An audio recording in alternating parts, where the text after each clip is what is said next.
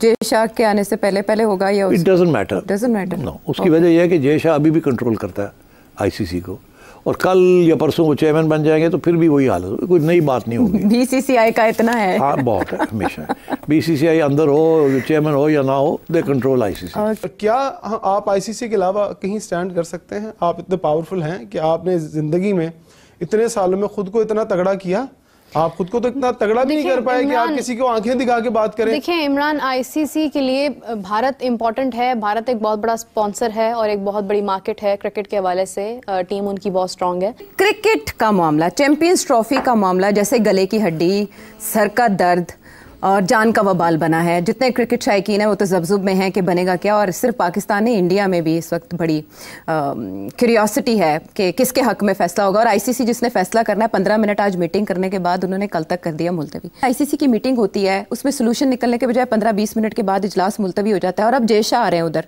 वो कह रहे थे कि नहीं, थर्ड कंट्री में ही होगा, ना इंडिया में ना पाकिस्तान में। अच्छा। और उन्होंने अपने सारे एशिया के जो लोग थे, एशिया कप के जो लोग खेलते हैं, सबको अपने साथ ले लिया था। हमारे लिए एक वोट भी नहीं था। ओहो। और सब यही कह रहे थे कि यहाँ श्रीलंका में खेल लें या दुबई में खेल लें, यहाँ तक कि यहाँ के ओमान में भी खेला जा सकता है, मगर पाकिस्तान में नहीं खेल सकते। ओके। और इन्होंने टॉप 5-6 कंट्रीज जो थी, बांग्लादेश और श्रीलंका, इन सबको अपने साथ ले लिया था। जब वो लोगों के ओपिनियन पूछे तो कुछ लोगों ने तो बड़ा ओपनली इंडिया का साथ दिया, कुछ लोगों ने इफ एंड बट थोड़ा ऐसे ऐसे करके हाँ ये भी है वो भी है, खुली तरफ पाकिस्तान का साइड नहीं दी। जिन्होंने साइड ली वो उन्होंने इंडिया की साइड ही ली। और मुझे पता नहीं है किसने ली, मगर मैं प्रिडिक्ट कर सकता हूँ कि उसमें जो एशिया के जो लोग हैं वो इंडिया के दबाव में हैं। Certainly Sri Lanka would have been a strong supporter of India. Bangladesh में अब हुकूमत बदल चुकी है और वहाँ पहले बड़ी प्रो इंडिया गवर्नमेंट थी। जय शाह के आने से पहले पहले होगा या इट डजंट मैटर नो। उसकी वजह यह है कि जय शाह अभी भी कंट्रोल करता है आईसीसी को, और कल या परसों वो चेयरमैन बन जाएंगे तो फिर भी वही हाल है, कोई नई बात नहीं होगी। बीसीसीआई का इतना है। हाँ, बहुत है, हमेशा बीसीसीआई अंदर हो, चेयरमैन हो या ना हो, दे कंट्रोल आईसीसी। ओके। पैसा है ना, रेवेन्यू ऑब्वियसली। इंडिया को जब भी कोई प्रॉब्लम होता है ना, वो कहते हैं जी आप हमारे साथ वोट नहीं खेल देंगे, हम आपके साथ खेलेंगे नहीं। और बाकी boards except for Australia and Pakistan and England, बाकी बोर्ड्स बेचारे बड़े गरीब हैं, उनका हाल ख़राब है। वेस्ट इंडीज़ हो या बांग्लादेश हो या इवन साउथ अफ्रीका, अगर इंडिया उनके साथ ना खेले तो वो तो अपने बोर्ड नहीं चला सकते, क्योंकि इंडिया के मैचेस के ऊपर पैसे आते हैं। हमारा ये कहना है कि अभी जो माहौल है, उन माहौल में हमारी टीम का आना मुश्किल है। और ये मुझे लगता है कि पाकिस्तानी लोगों को ये बात समझनी चाहिए कि हमारे लिए इतना आसान नहीं है, पर जो हमारे प्लेयर्स हैं उनकी सिक्योरिटी का मसला वाकई में बहुत बड़ा है, कि भाई थोड़ा सा वो अपना जो है पुट हाउस इन ऑर्डर जिसको कहते हैं वो करें, थिंग्स को थोड़ा सा वो समझाएं अपने यहाँ पे लोगों को कि भाई इस तरीके की इंस्टेबिलिटी से कुछ नहीं होगा। मैंने सुना कि वो बेलारूस के जो प्रेसिडेंट हैं लुकाशेंको जी, वो भी आए थे उस समय अफगानिस्तान, वो उसी समय इस्लामाबाद में जो है वो प्रोटेस्ट भी चल रहे थे। तो इससे क्या होगा? बिल्कुल जी, वो थे नहीं गया होगा कि भाई यहाँ पे इन्वेस्टमेंट करो, बिजनेस करो, वो तो बैड मैसेज।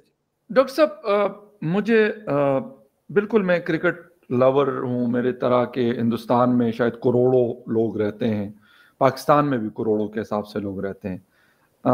मतलब जज्बाती होना अलग बात है और ऑन ग्राउंड सिचुएशन या प्रैक्टिकल चीजें देखना एक और चीज है।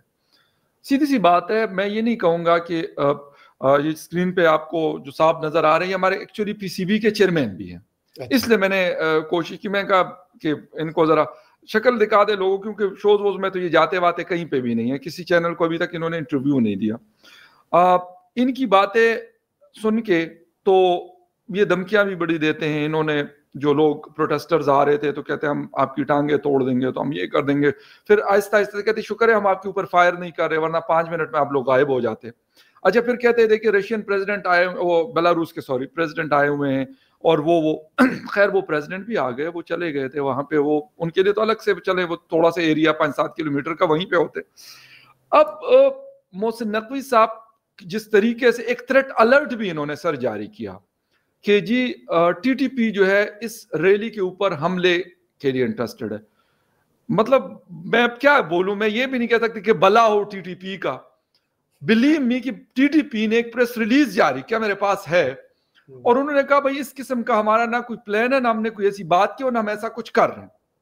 अच्छा, अब मुझे सर ये बताएं कि आप मतलब दुनिया आपने देखी हुई, पढ़ाई के लिए भी वैसे भी, सर इस तरह की कोई बातें की जाती हैं एज इंटीरियर मिनिस्टर, या आप ठीक है जो भी कहें, ये हालांकि पैराशूट से उतरे हैं, इनका कोई सियासी बैकग्राउंड नहीं है, ये पिंडी बॉय है, ठीक है सर, और इसके बाद फिर इस तरह की बातें आप कर रहे हैं जो झूठी है, आपको पता है कि ये झूठी है, लेकिन आप फिर भी कर, तो क्या आप मतलब एज आपसे इंडिपेंडेंट ऑब्जर्वर पूछ रहा हूं कि क्या सर आप क्या सोचते हैं फिर हमारे हवाले से, हमारे हालात के हवाले से? मैं ये नहीं कहता, ठीक है ऑन ग्राउंड हम देख रहे होते हैं, बुरे और अच्छे हालात दोनों देखते हैं, मैं आपको बिल्कुल सच बताऊंगा, कोई ये नहीं है कि मुझे कोई मोहसिन नकवी साहब से मेरी कोई दोस्ती या दुश्मनी है, या फिर इमरान खान से या शहबाज शरीफ या जरदारी साहब से, बट एक सिचुएशन होती है कि आप वाकई इस तरह हैंडल की जाती है चीजें जिस तरह अभी रिसेंटली 2 दिन पहले हमारी गवर्नमेंट कर रही थी। आपके यहाँ भी खबरें तो आ रही होंगी इस चीजों के हवाले से? नहीं, हमारे यहाँ खबरें आ रही थी और कोई अच्छी खबर नहीं आ रही थी, बल्कि बाहर भी कोई अच्छी, मैं तो डीडब्ल्यू को भी देख रहा था बाहर, वो भी आपका लगातार इवेंट को वो पब्लिश, ये जो आपका वो जो अभी सिया सुन्नी वाला भी मैटर हुआ था उसको भी सारे वर्ल्ड में, और देखिए वेस्ट तो देखिए जो भी हो फकर भाई, वेस्ट तो हमारी आपकी कमियां ही दिखाएगा।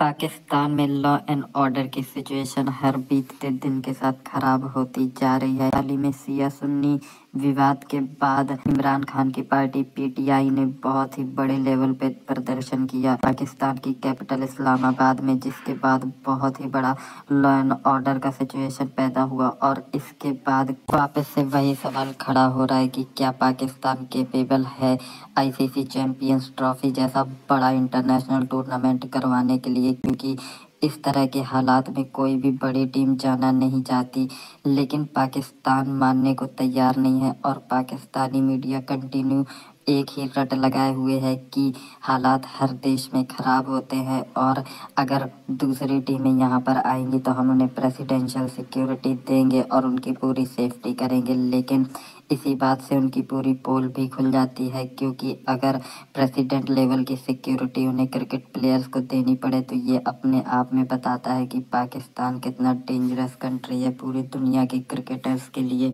खासकर इंडिया के लिए, क्योंकि इंडिया के प्रति बहुत ही ज़्यादा हॉस्टिलिटी पाई जाती है पाकिस्तान के अंदर, जो किसी भी दूसरी टीम के लिए नहीं पाई जाती। और इसीलिए पूरी प्रोबेबिलिटी है कि बीसीसीआई अपनी पूरी पावर लगाते हुए आईसीसी को कन्विंस कर लेगी कि या तो चैंपियंस ट्रॉफी पाकिस्तान से बाहर होगी, या फिर इंडिया जो है अपने मैचेस पाकिस्तान से बाहर खेलेगा, और इंडिया किसी भी कीमत पर पाकिस्तान खेलने नहीं जाएगा।